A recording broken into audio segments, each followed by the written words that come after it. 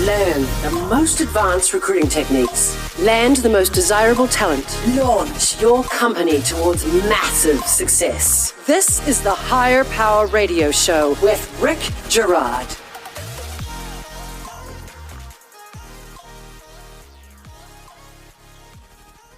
It is no secret that diversity sparks innovation and fuels business growth. But diversity for the sake of image or social pressure is dangerous. It needs to be truly embedded into the fabric of the corporate values and how people interact. It is not just checking off a box to satisfy outsiders. This is most dangerous when someone is simply hired for their gender or race without consideration of what the individual is positioned to contribute to the organization. Values are misaligned, expectations miscommunicated, and voila, let the nightmare begin. Costly mistakes that will result in wrongful terminations and a hostile work environment lawsuits. I'm Rick Girard, and welcome to the Higher Power Radio Show. We help entrepreneurs and executives win the right hire. We do so by sharing insights from top-performing rebel entrepreneurs, game changers, and industry leaders like our guest today, Miss Venesa Klein. Venesa Klein is an executive recruiter and partner for Calibre One.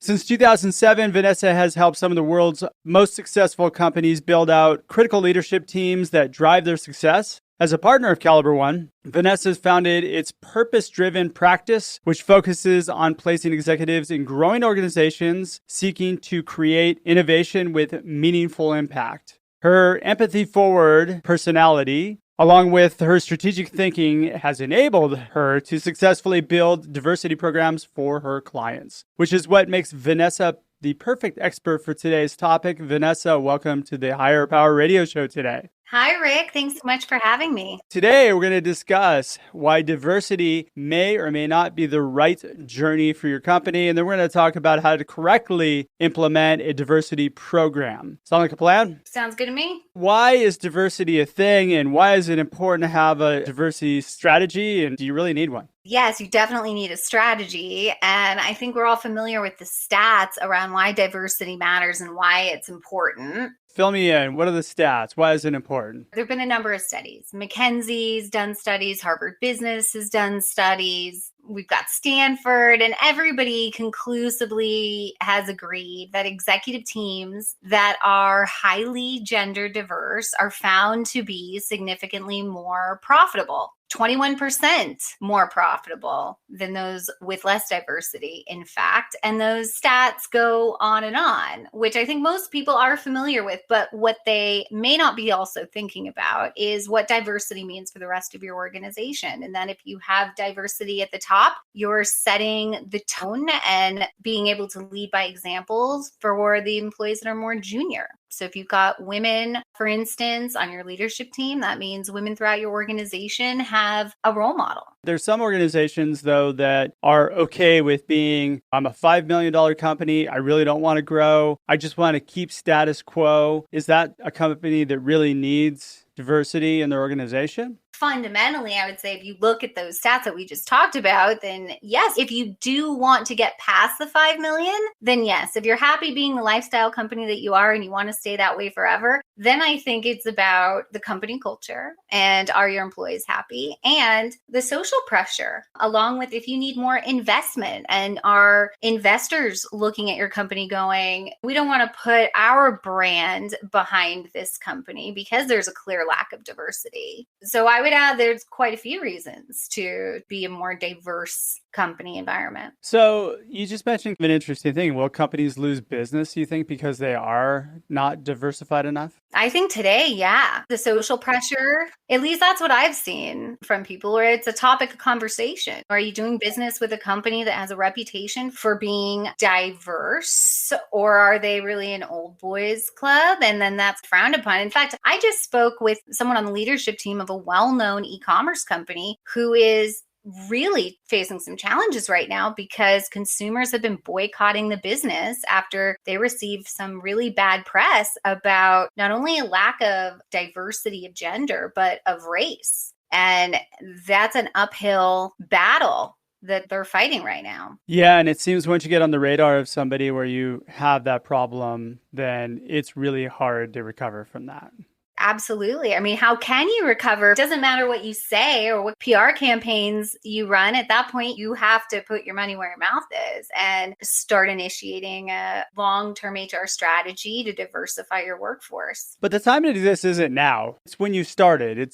And so companies that are dealing with this issue are primarily dealing with the issue of legacy. They all hired their friends, and then you got a whole bunch of people that are like-minded that are in the organization that have gotten them that far. And now they're caught with their pants down trying to figure out how to move away from that. And battling the question of, to what you pointed to earlier, is if you're like-minded, you built this culture, you all know how you work together and it's going really well. The idea of bringing somebody from outside that core friend group into the leadership team means there's this inherent risk that dynamic changes. And I think a lot of companies struggle with that they love the way the culture is on the leadership team. They like how they make decisions, and bringing somebody that has a different perspective and is an outsider is a major risk. And I don't think we talk enough about it. But that's a good thing. You need somebody who can challenge the status quo. And here's the thing. When people align with the core values of the company, they're not going to cause a problem from any other perspective other than challenging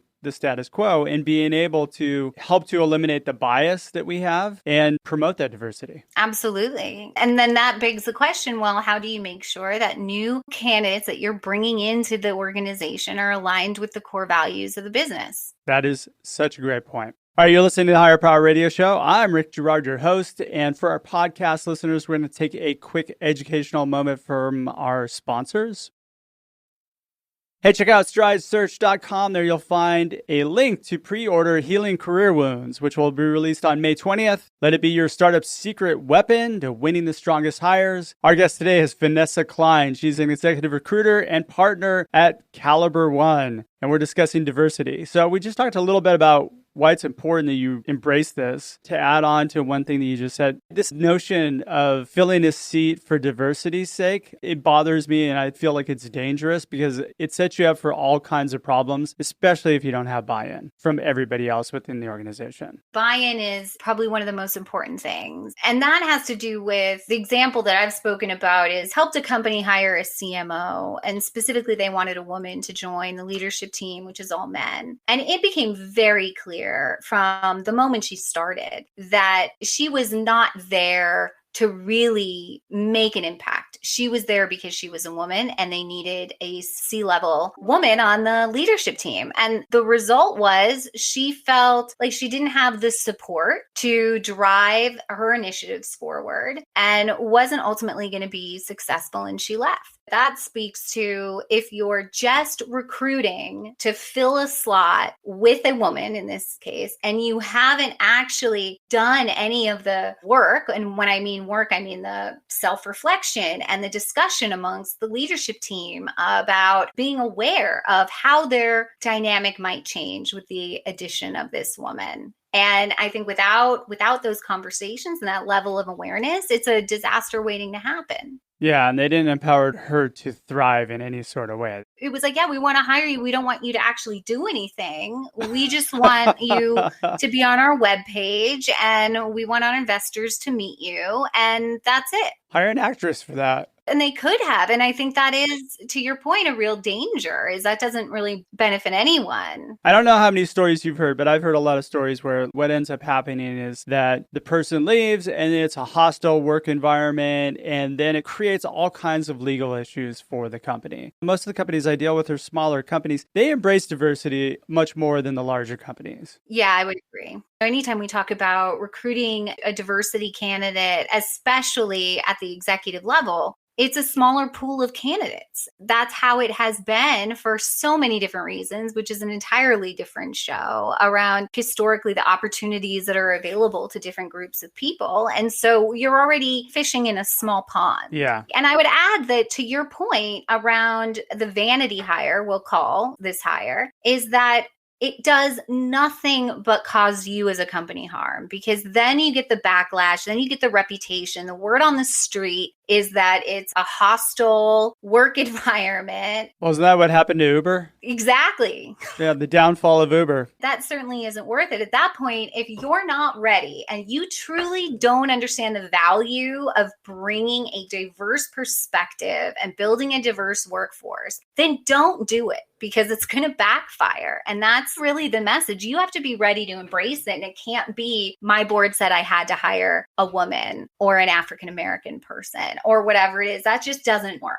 Yeah, exactly. So how do we solve this problem? So let's give our audience a breakdown of what steps they need to take to implement that into their company to build out the right strategy. There's two ways of looking at it. I want to start with the long-term approach, which is the bottom-up approach, where you are actively recruiting diverse candidates into the most junior level roles within your organization. And you have a development plan in place so that you are thoughtfully and in an organized, structured way identifying your top performers and moving them up through the organization, so that eventually you're able to promote from within, and the people you're promoting from within is from a diverse candidate pool, because you've built a bench of diverse candidates within your organization. And by the way, the long-term play is always the strongest play. It takes a lot more time and resources, right, but you don't have to go outside to find people. You're right. It is always the best way. And we're expensive. Well, I would argue that it could be more expensive hiring an executive search firm to quickly find you the diversity candidate to plug into your company. Over the long term, you actually save money because you're able to promote within, and therefore you're not paying these search fees. True. All right. So we take a bottom-up approach. What type of development plan do we need to put in place? There are companies that I work with today, and then the old school companies like GE, who had done a really great job of building this internal mobility feature where if you were really good and they saw that you had potential, then they rotate you into other parts of the organization, round out your experience, give you the opportunity to step up into more senior roles. That kind of structure and plan needs to be put in place. And then you have to incentivize the managers and leaders in your organization to care about this. That means that their bonus needs to be tied to their ability to develop and promote their team. So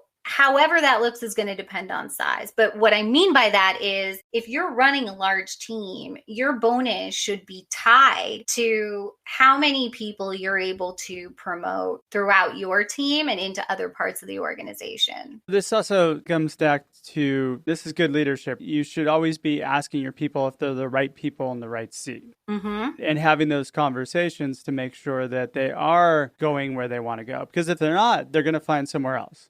Absolutely. When Vanessa and Rick call them, they will pick up the phone call and they'll jump ship. Right. So we've got the bottom-up approach. You put together a development plan. You're promoting them into leadership. And also, when you promote people into leadership, you need to be giving them a salary commensurate with what you would have paid an outside person to come in. Absolutely, which is a really good point. Is let's not forget that compensation doesn't stay the same forever. It needs to be fluid and reflect the responsibility that the person has. I think it's also important to mention that I'm not talking about incentivizing leaders to promote diversity candidates. I'm talking about incentivizing leaders to develop, cultivate, and promote talent within their organization, assuming now that if we've done this right, that the talent from which they're choosing from is a highly diverse slate of employees, because the focus has been on recruiting at the junior level a diverse group of people. Yeah, so then we go to, let's say you need a leader.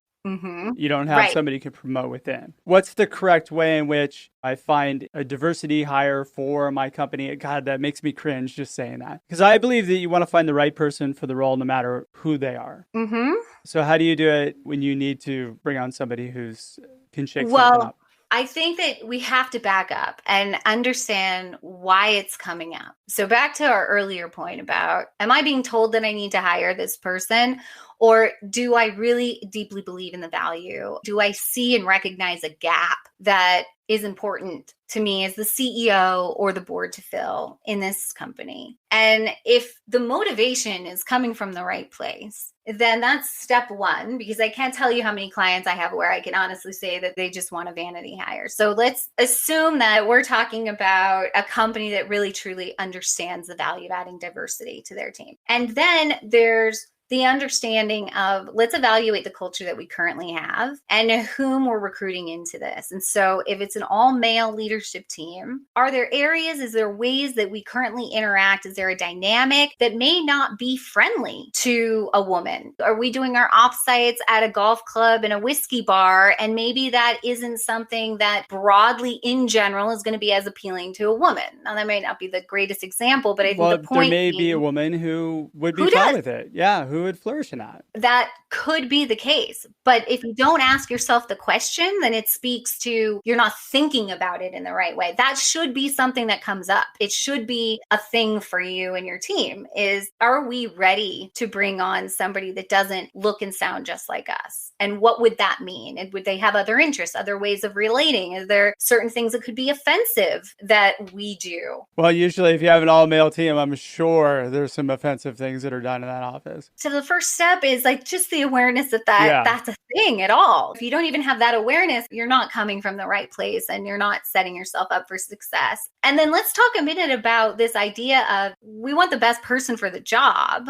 And that's true, but how do we define the best person for the job? I would argue that some of the best candidates that I've ever worked with, I would put in the athlete column, where it doesn't matter what industry, what function even, they're going to kill it. Yep. They're just top performers, great thinkers, fiercely intelligent and able to lead. And honestly, it doesn't matter. And they would not look like they can check off a bunch of boxes that you've set out. So I believe, in my experience, that there's this athlete profile. And so in recruiting diverse candidates, it challenges the company to think more broadly about the job description itself, meaning there are going to be athletes that are of every color and every gender. And that kind of profile could work well for your company, even if they don't check off those boxes. And then at the same time, thinking through the idea of privilege and where people have come from, the opportunities that they've had in their career, in their education. And if you look at your job description through that lens and you think, okay, I need this person has to have an Ivy League education and gone through this specific management consulting firm and done this and this and this, I would say you've got to scrap that. Totally. And be more open. Yeah, you've got to totally scrap that. I've seen some of the strongest people that I've ever placed in my career, and you can probably attest to this, have been the people with the worst resumes. They have a terrible LinkedIn profile. You know what? Because they're not busy putting together a resume. They're busy working and getting things done for their current organization. First step is scrap the resume. Don't even look at the resume. Just do an evaluation of the person, not an assessment, so to speak, like you would do a written one, but have somebody talk to the person and gain an assessment of how good that person is and whether or not they are positioned well for your organization. Positioning before pitch is what it should be. I'd be interested to hear your thoughts on this. I have found the best insight that I've gotten on candidates has come from speaking to people that have worked with them and for them throughout their career. Yeah. And there are, I can't even count how many candidates who on paper look amazing, who interview phenomenally well. But the feedback from people that have worked with them, for them, and sometimes who managed them is terrible. There you go, back to the term vanity hire. Most of the times people are enamored with, oh, he went to this school or they worked at this company. And that's problematic because I've seen this a lot of times where somebody has worked for Google and people get really excited. Oh my God, we got somebody out of Google. But that person's completely wrong for a startup. They do really well in Google because that's the type of environment they thrive in. They thrive in an environment where they're like more of a maintainer, you know, as opposed to somebody who's a builder. So you try and put them into a role in a startup where they have to build something, they fail. they fail miserably. Yeah, they're used to moving the chess pieces around or playing the political game and understanding who you need to talk to get this done in what way, not necessarily actually doing it themselves. I found the same thing. The point being, when you're thinking about recruiting a diversity candidate onto your team, I would say less, to your point, less about the paper and more about what do people say about them? What's the word on the street? What are the people that reported into them? What has been the outside perception and the real world experience? And I think that matters so much more than what's written down. But and to get to that point, you have to get them engaged first, right? And that's always the challenge, I find, is that we don't get people engaged well enough. Absolutely. All right, Shu, we're getting pretty close on time. Vanessa, what would be 2 or 3 key takeaways that you can give the audience so they can plug into their business today? So I think the key takeaway is the long-term strategy. That's the first and most important one, is that it's not about just recruiting a diverse executive onto your leadership team. It's about creating and implementing a long-term strategy so that you can cultivate a leadership team from within your organization. And then the second thing is around evaluating your hiring criteria. And are you looking at it through the lens of recruiting a diverse candidate? If you are adding someone to your executive suite, think about it and look through it through that lens. And then I'll add one more thing, being prepared for that recruiting process. So if you are launching a search for a C-level executive and you want that person to be diverse, then you will need to think through the steps, and it may not be as quick and as familiar as it has been in the past. No, hire slow, fire fast. Right? Well said, Rick. I did not make that up. That's somebody far smarter than me had said that a long time ago. All right, Vanessa, thanks so much for your time investment today. And I want to welcome you to the Higher Power Radio community. Now, what would be the best way in which members of our audience could find you and connect up with you? You can find me at calibreone.com. My email is there. You can also look me up at vanessaklein.com. VENESA. KLEIN.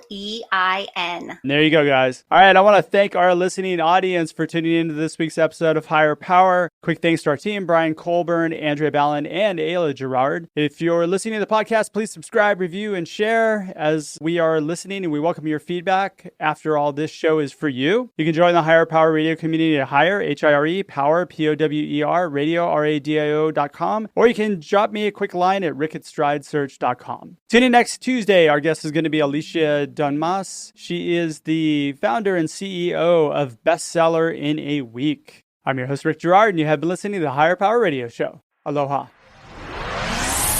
Thank you for listening to Higher Power Radio. Catch our LinkedIn Live show every Tuesday at noon, or download the podcast on iHeartRadio, iTunes, YouTube, or your favorite podcast platform. We appreciate you joining us on Higher Power Radio with your guide to recruitment success, Rick Gerard.